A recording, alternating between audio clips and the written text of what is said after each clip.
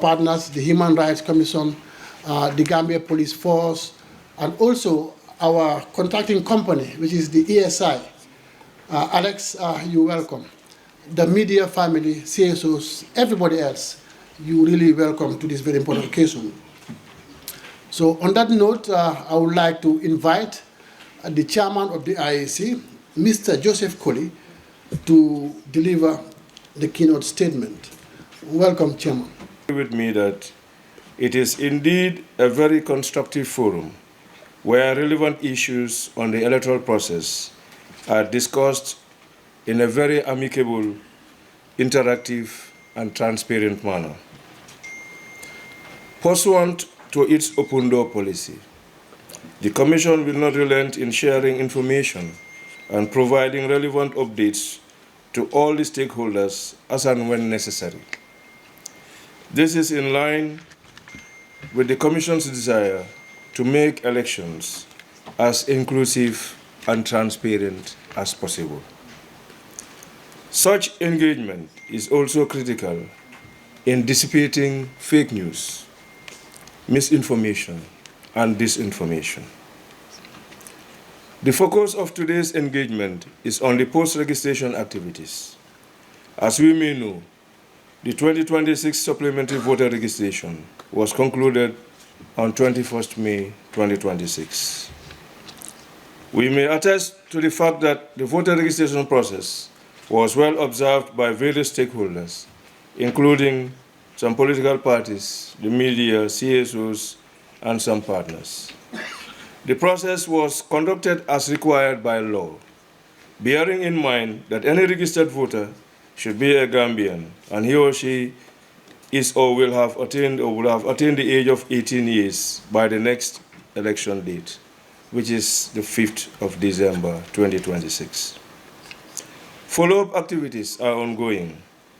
These include verification and adjudication of the registration data generated from the field. This is indeed a very meticulous exercise that requires the identification and segregation of the needed data that will constitute the provisional list of voters. I would like to thank the Commission's IT department for the enormous efforts deployed to generate a very detailed provisional voter list.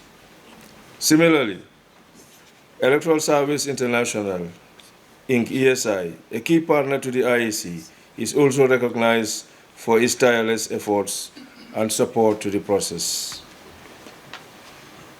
Distinguished guests, ladies and gentlemen, the voter registration process is not only limited to capturing the data of registered applicants, but also include the appeals and objection processes that may be heard by the revising courts. The revising magistrates will ultimately validate the register of voters, which will then be incorporated into the current voter register. That's the 2021 voter register. The Commission places a premium on the integrity of the voter register and seeks to make this process as inclusive, transparent, and credible as possible. The fee of $50 is to accompany any claim of appeal or objection as required by law. Starting from the 7th of July, 2026, the Commission will deploy its personnel to publish the provisional lists at all designated registration centers countrywide. We therefore encourage voters and stakeholders to properly and meticulously scrutinize the lists for the purpose of corrections. This will furthermore help to ascertain that only eligible Gambians are on the register. In the same vein, the political parties will be provided with a soft copy of the provisional list once we close this meeting today. This will be issued free of charge. Representatives of political parties here present can receive the flash drives on behalf of their respective political parties. The Commission has also initiated a dialogue with all political parties to find acceptable solutions to some key issues that have the potential to negatively impact the credibility of the voter list. Discussions were held on the 29th of June 2026 at the election house, with 15 out of the then registered political parties at the time. Now we have 24. That's why I said then registered, 22. Okay? We registered 2 yesterday. So now we have 24 political parties. The focus was on how to deal with the documented cases of double or multiple registration committed by 14,334 voters. Now we had 24,058. That was double registered cases. So when these were, that's why we did the adjudication to ascertain. So some records, some people had 4, 3. So that is why it went up to 24,058. Now when we did the adjudication, now this shrank to 14,334 persons. And at the end of very constructive discussions, it was decided to delete the names of those who registered twice or more in 2026, while maintaining their names in the 2021 voter register. In cases of suspected registration fraud, the Commission will initiate legal proceeding in order to ensure the integrity of the voter register. Consistent with the IEC's policy of inclusivity and to ensure that no eligible Gambian is disenfranchised, a short window for the replacement of lost, damaged, mutilated, or burned cards will be opened before the election in December 2026. In its drive to promote better understanding of the electoral process by the stakeholders, the Commission, in collaboration with partners, most especially ECONEC. ECONEC is the association of all the electoral commissions in West Africa, of which I am the first vice president, plans to organize some training workshops to increase knowledge and understanding on elections in the Gambia. Against this backdrop, IEC personnel and some members of various organizations will be trained on key areas in election conduct. This will include the media, IPC, CSOs, police, etc. This is aimed at having a hitch-free and seamless elections. Distinguished guests, ladies and gentlemen, the Commission would like to reassure the electorate and all its stakeholders of its continued commitment and resolve to deliver free, fair, transparent, credible, and inclusive elections. I thank you for your kind attention. We will be having the technical bit of this forum, which is a presentation which will be delivered by the Chief Electoral Officer of the IEC, Mr. Sambuja Njai. So he will take us through various issues that we're supposed to focus on today.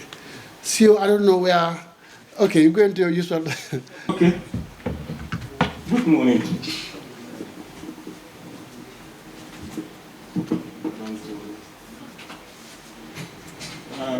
Thank you very much, Director of Training, Communication and Public Affairs of the IEC, Mr. Parmaka. Chairman, Independent Electoral Commission, Vice Chairman, Commission members, Chair, NCCE, Chair, National Human Rights Council, Head of Conference UNDP, Project Manager, EU, UNDP, Great Project, representative of political parties, members of the media, civil society, ladies and gentlemen, good morning. My presentation this morning is on the publication of the provisional list of voters and the revising code. It is going to be the implementation part of the provisional list and the revising code. The last time we met here, we gave you the legal basis for the provisional list and the revising code. Today, we are going to look at how we are going to implement the provisional list and the revising code. And the outline of the presentation will be, we will tell you the publication period and what will happen during this period. We will tell you the appeals and the objections period and how it's going to unfold. And we will also tell you the fee for appeals and objections, like the chairman highlighted, and how, or the mode of payment for these fees, and also the operationalization of the revising code. First, like the chairman has earlier said, or alluded, the publication of the provisional list of voter will run from the 7th of July to the 16th of July 2026. 10 days. On the 7th, that's next week Tuesday, all the regional offices will be going out to the registration centers to publish at the registration centers the provisional list that was generated during the conduct of the supplementary voter registration. So this will run for 10 days. We are expecting to complete this publication in all the 730 registration centers within a period of 5 days. So members of the public are encouraged to go out and scrutinize, properly scrutinize this list from the 7th to the 16th. And we also encourage the public to assist the IEC to ensure that the list is maintained or published there. Although we know the rains are around, we all know also the wind may blow, but we encourage the villagers and the communities to help us that these things are not removed. Because the IEC will not have personnel 24 hours at these registration centers to make sure that this is up. However, some copies have been given to political parties. Please keep your copies for your official use. Okay, on the appeals and objection. The receipts of appeal and objection will also start from the 7th to the 20th of July, 14 days, as stipulated by law.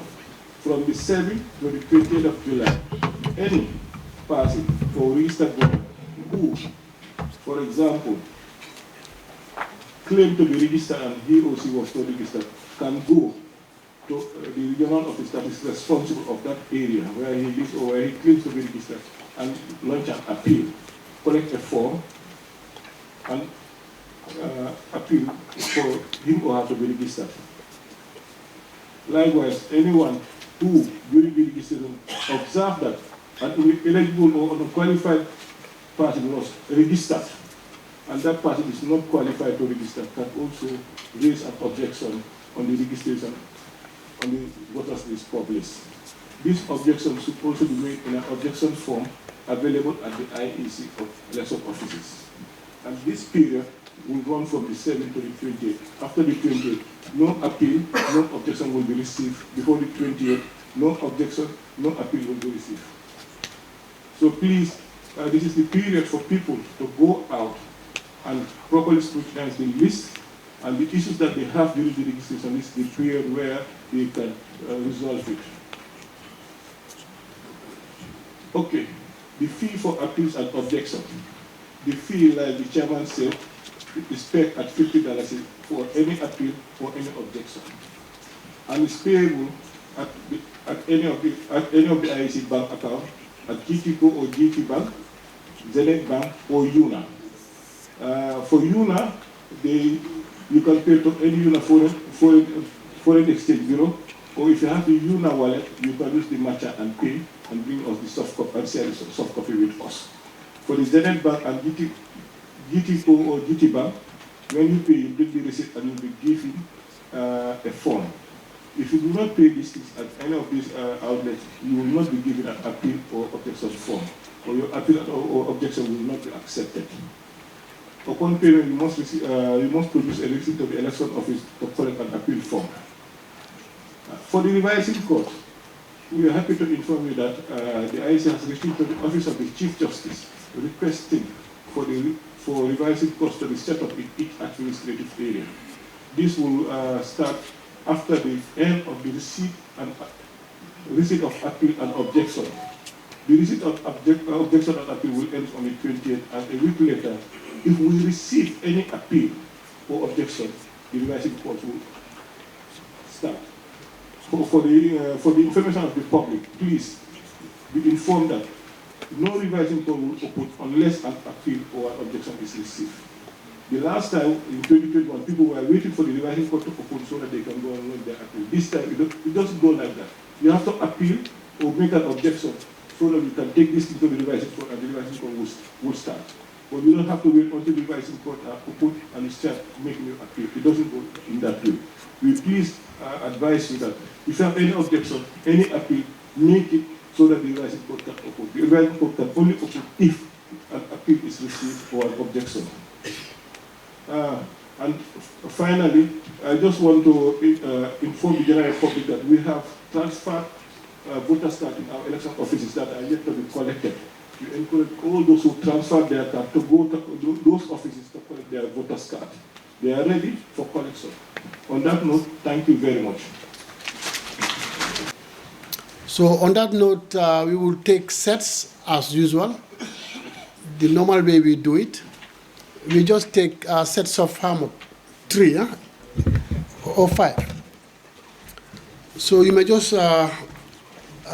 raise your hands, then you tell us your name and your organization. Start there. Then from there, then we can see how best to respond to the issues. NRD.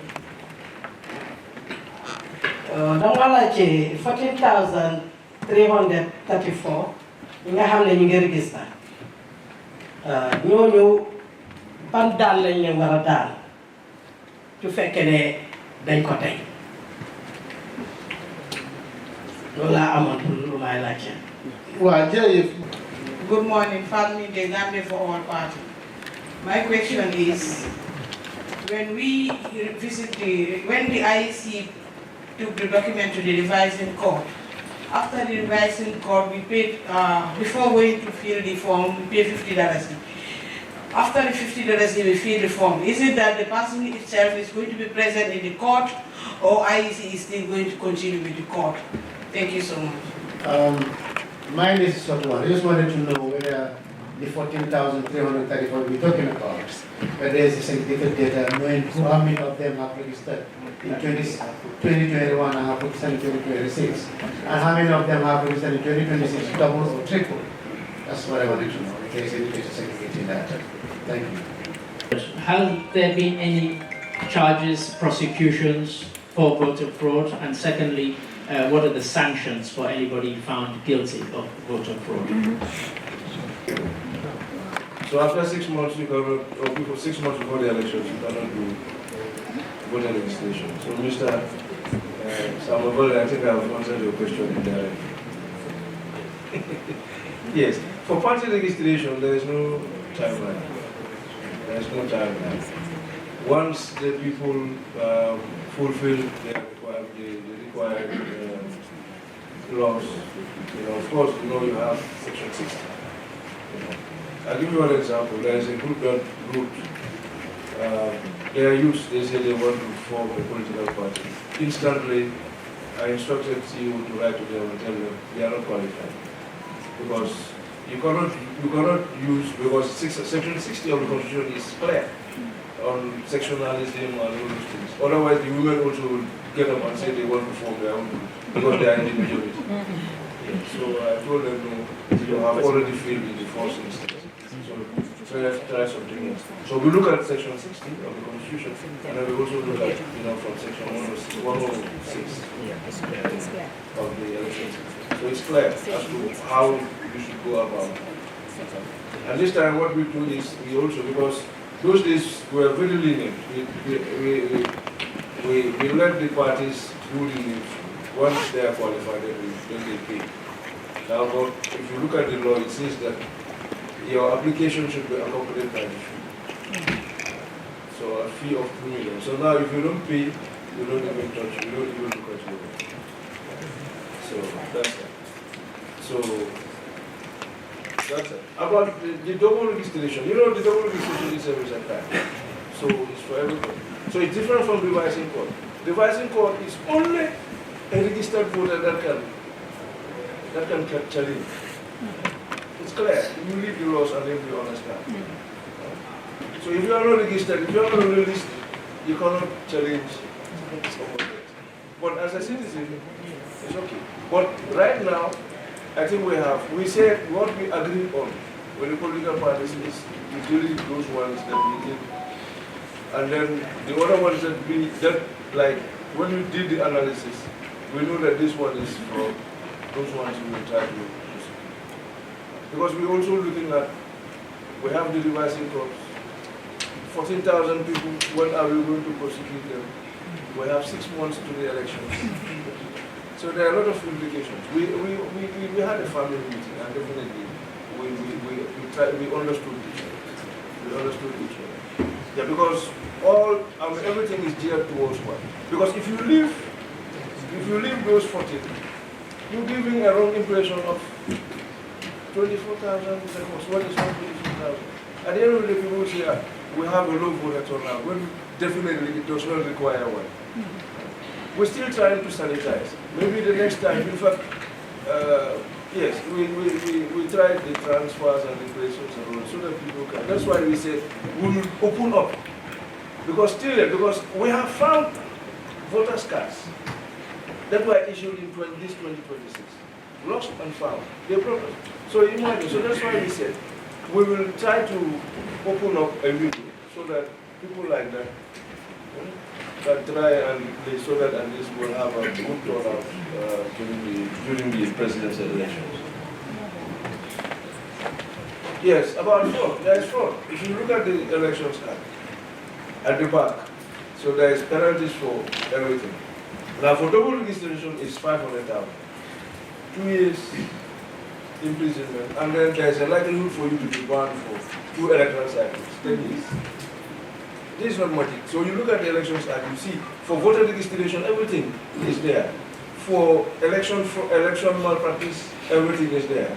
For treating, lawyers will understand what I mean by treating. So everything, bribery, all the penalties are there, 2025. If you don't have, you can buy the copy, or we can supply you with the soft copy, so that you know. Now everybody, most of the people are digital. So we can supply you with the soft copy, so that you make yourself acquainted with it. So that is why we're coming up with this, in partnership with Eco Com. We'll have maybe three sets of trainings. One on legal framework, so that at least people will understand, the stakeholders will understand. And it will run down to election management, resource management, so that at least how we generate, how we collate, how we do all these things, so that at least everybody, if the political parties, the media and CSOs, like they have representatives, because it's going to be maybe a TOT, so that at least when you go back, you try to organize some of these things to your people. And then I just want to, what we agreed on, if there is money, thank God ECOWAS is here, EU is here. What we are planning to do, what we agreed with the political parties is, we want to make an album of all the double registration. So that at the end of the day, when we delete your card and you go to the polling station, and your name is not on the list, we can check the double registration. Because some people may take the card and say, someone took the card, because someone took the card. So we want to try and see whether we can make an album of the double registration. So that, because we're going to delete it. So once we delete, we come with that card, we tell you, my brother or my sister, you did double registration, look at your name. That's why you did double. So we'll have the proper list for the elections, and then we'll have that list. So that at least tomorrow nobody will accuse the IEC of, they registered me and then my name is not on the list. Okay? I think this was what we controlled. Yeah. So at least some of the partners are here. So maybe it's an initiative that we want to do. So that at least, the election will be much more credible, because people will not accuse you of this. I have a voter's card and I was not opportune to vote. When you did, you committed a crime, and you are punished for not, for not voting, because you did double registration. Yes, thank you, Chairman. I think there's a The case is pending, fraud case. You were talking about fraud. Yeah, there is one, the AI generated one. The person generated the voter's card and went to he went for replacement. What is not there is not there. So he went, and then they realized that it was AI generated. So that case is with the police. So we're very strict. Yeah, it's in the courts now. Yeah. So we are trying to make sure, because as I said, our motto is transparency, fair play, integrity. But we have included inclusivity and compliance. Yeah. Yes, I think that sort of answers my... Data disaggregation. If there is a way so that the data will be available on IEC's website so that all the stakeholders can have access to it, instead of just soft copies for political parties. So that was my first question. And the second question, when you mentioned voter education coming in, with all the stakeholders taking part in this voter education, do you have any sort of option where some of that work is for the CSOs to take on and make the outreach bigger than what IEC is doing with few stakeholders? Thank you. Adjudicate on the fact that the voter fraud is exaggerated. He's in a position to determine that. In 2021, there were numerous cases of amnesty. This year around again, we decided we're going to have cases of amnesty because people made mistakes in good faith. Those who deliberately violated the law will be prosecuted. We have had a case of our own DP case which we took to Supreme Court, which is thrown out. So I don't think it's in any position to adjudicate that there's an exaggeration of voter fraud. So we are entitled to your opinion, but please spare us your adjudication. Who lost their cards, damaged or bond to replace before the election, so that we don't disenfranchise them. So don't worry, you go. You know, I live around Kenya, so I know how it feels. Okay? That's true. So, yes. You see, in this country, there are a lot of laws.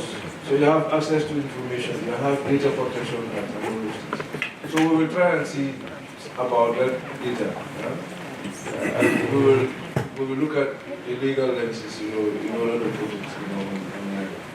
But at least it is safe for the political parties, I think.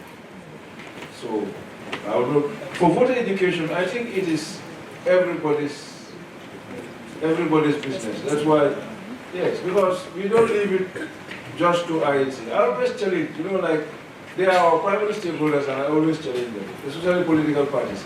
You want people to come to vote for you. Tell them where to come out, how to come out, and how to behave after. It's part of voter education also. So you don't just tell people, come out and vote for me. No, you tell them how they should vote for you. So that is the responsibility of everybody. Civil society, everybody's business. We have NCC, we have the chairman here, NCC and the program officer, or the CEO now, they have a CEO. I'm not trying to denote you. Mr. Boya, yes. Yeah, and I can see Wanep and Tango, the CSOs are here. And I think I want to recognize, Wanep, for doing a very good job. Yesterday I gave a goodwill message. They are validating stakeholder analysis, risk mapping, and electoral violence indicator. I think is very good. With 10 other institutions, I think NHRC is there, NCCRM, and a lot of police, I saw police there, which is very good. You see, they didn't even have to wait for IEC to do that. They know that it is their responsibility because they are one.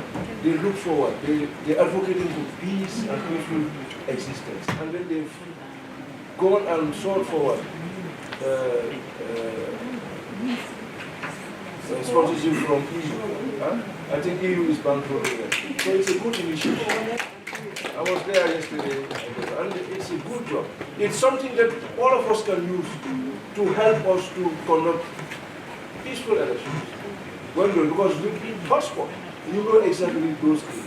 Stakeholder analysis, you know the influences of stakeholders, you know their interests and all those things. And then electoral violence indicators. That will help us. So kudos to Wallet and your So we are not waiting for anybody, don't wait for the IEC to do these things. You have initiative. Come up so that at least, I said, look, we are just managers of the process. We don't own the process. You own the process.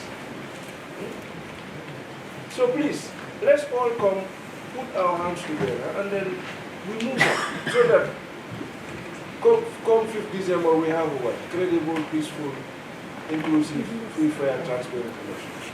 Because Kuneka should have a word, living in a so go by a board and do back. Sorry for deviating into all of it. What I'm trying to say is let's all come together and do our quota. Because if you look at the stakeholder analysis, every stakeholder has a role. So let us play our role out to the best.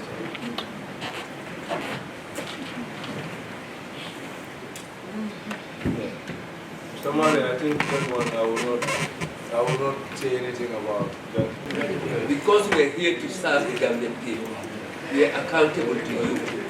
And in so doing, we are thick skinned. We will not be moved and inked by allegations of bribery.